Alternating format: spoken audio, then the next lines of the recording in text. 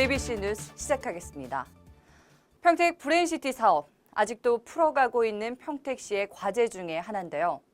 공재관 평택시장은 반드시 이 사업을 성공시키겠다며 공약으로까지 내세웠는데 아직도 주민들의 애절한 외침은 끊이질 않고 있습니다. 하루빨리 보상을 해달라는 주민들의 요구, 정태석 기자가 보도합니다. 오프닝을 통해 전해드렸듯이 지금 고독신도시에 건설 중인 이 삼성 산단보다 더 큰 이 평택 브레인시티 사업에 대한 그림이 그려질 때만 해도 이 평택 시민들은 크게 기대했습니다. 이곳에 성균관대학교가 유치되고 심지어 대규모 IT와 이 BT 단지까지 들어서게 되면 이 고용 창출뿐만 아니라 이 지역 발전에도 엄청난 영향을 줄 수 있다는 기대감 때문이었습니다. 하지만 사업이 무려 7년이 넘는 세월 동안 답보 상태에 빠졌고 결국 지난 민선 5기 시절에는 사업 승인 취소라는 경기도의 결정까지 내려졌습니다. 다행히 사업 시행자가 제기한 행정처분 취소 청구를 법원이 받아들이면서 사실상 사업 허가는 유지되고 있는 상태입니다. 이런 과정이 지나는 동안 수많은 유혈 사태가 발생했고 심지어 한 주민은 목숨까지 잃게 됐습니다. 문제는 여기서 그치지 않습니다. 해당 주민들은 금방이라도 해결될 줄 알고 대출까지 받아 썼는데 오랜 시간 동안 불어나는 이자를 감당하지 못하고 길거리에 나앉을 수밖에 없는 처지까지 이르게 됐습니다. 지금 평택 브레인시티 사업에 발목이 묶여 있는 수백여 명의 토지주들의 현실입니다. 그런데 민선 6기에 들어와서 공재강 평택시장은 이 사업을 반드시 추진하겠다고 공식 표명했고 공약으로까지 내걸었습니다. 그리고 사흘 전 주민들과 함께한 자리에서도 처음 얘기했던 것처럼 강한 의지를 거듭 내비쳤습니다.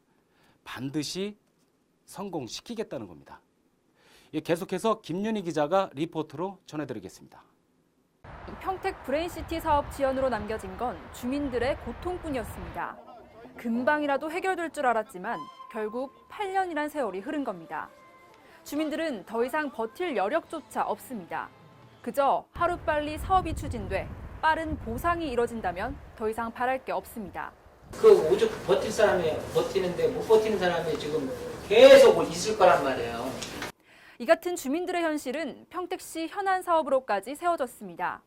공재광 평택시장은 평택 브레인시티 사업에 대해 다시 한번 단호하게 말했습니다. 반드시 사업을 성공시키겠다는 의지를 내비친 겁니다. 그래서 지난해 9월 주민대표와 공무원, 전문가 등으로 구성된 평택 브레인시티 추진위원회를 발족시킨 것도 이런 맥락이었습니다. 현재까지는 브레인시티 사업은 정상적으로 추진된다고 말하고 싶습니다. 제가 취임과 함께 이런 행정력을 동원을 해서 지금 진행이 되고 있기 때문에 지금 행정 절차가 진행이 되고 있는 상황 그 자체가 지금 평택시의 의지 또 평택시장인 저희의 의지가 담겨진 결과가 아닌가 생각이 듭니다. 지난 28일 평택시청 종합상황실에서 열린 회의 역시 평택 브레인시티 사업을 성공시키자는 자리였습니다. 그래서 이 부분에 대한 타당성 조사를 봤는데 이 결과가 안 나왔으니까 피입을 할 수가 없는 상황입니다. 이 자리에는 주민 대표 등과 공무원 그리고 정치인까지 함께했습니다. 보다 빨리 해결할 수 있고 더 이상 주민들에게 고통을 안겨줘선 안 된다는 게 회의 내용의 핵심이었습니다. 어떻게 우리가 협의를 받아서 경기도하고 이거를 잘 풀어갈 것이냐 이게 지금 현안 문제거든요. 저는 그렇다고 봅니다. 그래서 그 문제를 가지고 좀 논의를 해야 되니까 한번 좀 검토해 보시고 어떤 게 평택을 위한 일인지 좀 이렇게 한번 좀 판단해 주시고 좀 평택 브레인시티에 좀 힘을 경기도에서 실어줬으면 좋겠다. 주민들의 요청은 간절했습니다. 경기도와 평택시의 모든 행정력을 동원해 지금 처해 있는 주민들의 현실을 해결해 달라는 거였습니다. 소송 문제를 어떻게 정리를 빨리 해야지 계속 항소하고 그러면 주민들 다 죽어가는데 지금. 그리고 또 하나 아까 제가 그 토지 보상에 대해서는 분명하게 강제 수용입니다. 이 부분이. 본인들이 원해서 수용하는 거 아니에요. 공익사업에 의해서 평택시 말씀대로 강제 수용에 있어서 어느 정도 주민들이 동의할 수 있는 금액이 나와줘야 그러면 다시 주민들 원성 높이고 다시 원점으로 갈 수 있는 길이 아니기 때문에 경기도에서도 행정력 지원을 아끼지 않겠다는 뜻을 전했습니다. 또 그리고 나머지 나머지 부분 가서 이분한테 보고를 드려가지고 최종 진행할 수 있는 방법으로 최대한 노력해보겠습니다. 평택 브랜시티 사업에 대한 타당성 용역 결과는 다음 달 중순이면 마무리될 것으로 예상되고 있습니다. 이 결과 보고서가 오는 10월 30일에 있을 안전행정자치부 투자심사에서 최종 통과되면 평택 브랜시티 사업은 8년간의 묵은 때를 씻고 본격화될 것이란 전망입니다. JBCN 뉴스 김윤입니다. 네, 다음 간추린 소식 전해드리겠습니다. 어제 오후 2시쯤 경기도 화성시 서해안 고속도로 하행선 비봉 IC 부근에서 중국인 관광객 20명을 태운 관광버스에 화재가 발생했습니다. 이불로 차량은 전소했지만 다행히 인명피해는 발생하지 않았습니다. 버스는 서울에서 평택항으로 이동하던 중 불이 났고 당시 탑승하고 있던 중국인 관광객 20명은 인근 화성휴게소로 급히 대피했습니다. 불은 출동한 소방관들에 의해 30여 분 만에 완전히 꺼졌습니다. 경찰과 소방당국은 차량 브레이크 과열로 불이 난 것으로 보고 정확한 화재 원인을 조사하고 있습니다. 경기도 수원시, 용인시, 성남시, 고양시, 경남 창원시 등 인구 100만 이상 도시의 법적 지위를 신설하고 특례 방안을 마련하기 위한 관계기관 정책 설명회가 어제 국회에서 열렸습니다.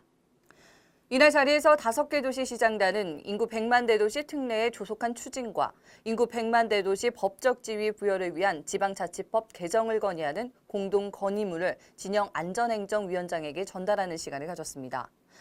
이어 인구 100만 이상 대도시 특례 정책 추진과 관련한 다양한 발표와 심도 있는 토론도 함께 진행됐습니다.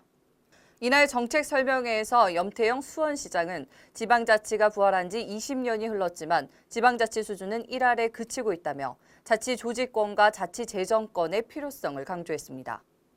어제 오후 경기 평택시 남부문예회관에서 축산물 관련 업체를 대상으로 한 축산물 위생교육이 진행됐습니다. 축산기업중앙회 경기도지회가 주관하는 이날 행사에는 공재강 평택시장과 축산기업중앙회 관계자 등 200여 명이 참석했습니다. 교육 내용으로는 축산물 위생관리법과 축산물 이력제 표시 등이 마련됐습니다. 공 시장은 이 자리에서 평택이 명품 도시가 되기 위해서는 반드시 안전한 축산물과 바른 먹거리가 있어야 한다며 앞으로도 철저한 위생관리를 당부했습니다. 한 주가 마무리되고 주말이 시작됐습니다. 이번 주말은 대체로 맑아서 가을 소풍 떠나기에 딱 좋은 날씨가 될 것 같습니다.